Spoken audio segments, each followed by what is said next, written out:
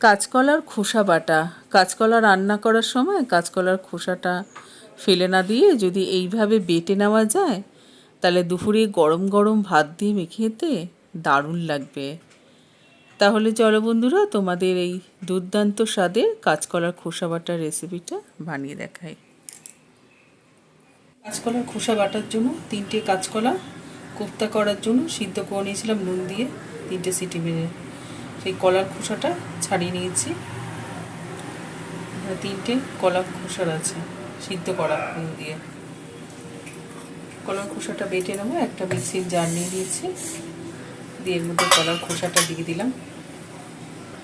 এর মধ্যে দিয়ে দেবো 10-12 কোয়া রসুন,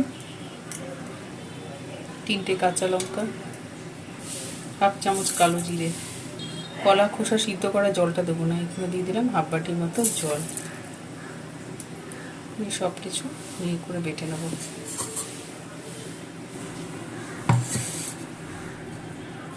কলার খোসাটা বেটে নিয়েছি।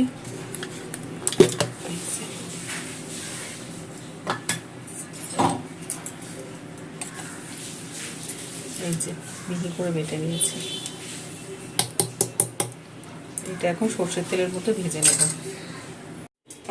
কড়াই বসিয়ে গ্যাসটা ধরিয়ে নিলাম। কড়াইতে দিয়ে দেবো, এই সব কিছুতে একটু তেল লাগে, 50 গ্রাম মতো সর্ষের তেল দিয়ে দিলাম। তেল খুব ভালো করে গরম করে নিয়ে কলার খোসা বাটাটা দিয়ে দিলাম। অল্প জল দিয়ে মিক্সির জারটা দিয়ে দিলাম। মধ্যে দিয়ে দেবো 1/2 চামচ নুন, 1/2 চামচের কম হলুদ গুঁড়ো, দিয়ে দেবো 1/2 চামচ চিনি। এখন এই সব কিছু দিয়ে ভালো করে কলার খোসাটা ভেজে নেব। নুন, হলুদ, চিনি মিশিয়ে দেবো। মিশিয়ে নিয়ে ভালো করে কষিয়ে নেব, ভালো করে ভেজে নেব। তাহলে এর মধ্যে রসুন দেওয়া আছে, কালো জিরে আছে, কাঁচা লঙ্কা বাটা আছে। ভালো করে তেলে ভেজে নিতে হবে, নাহলে রসুনের কাঁচা গন্ধ দেবো।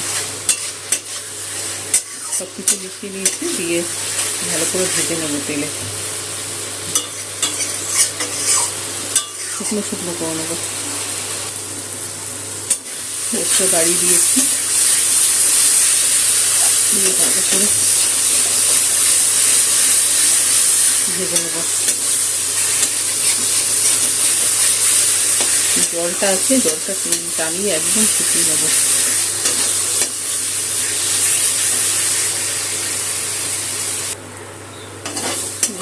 ভাজতে ভাজতে একদম শুকিয়ে গেছে, জলটা একদম টেনে গেছে, নিচে লেগে যাচ্ছে। হয়ে গেছে, এবার খোসাটা হয়ে গেছে।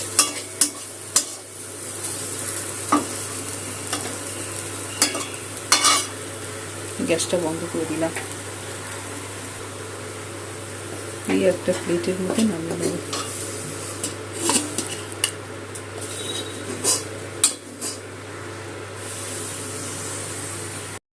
কলার খোসা বাটাটা হয়ে গেছে, ওপর থেকে একটুখানি সর্ষের তেল দিয়ে দেবো। কাঁচা সর্ষের তেল দিয়ে ভালো লাগবে খেতে।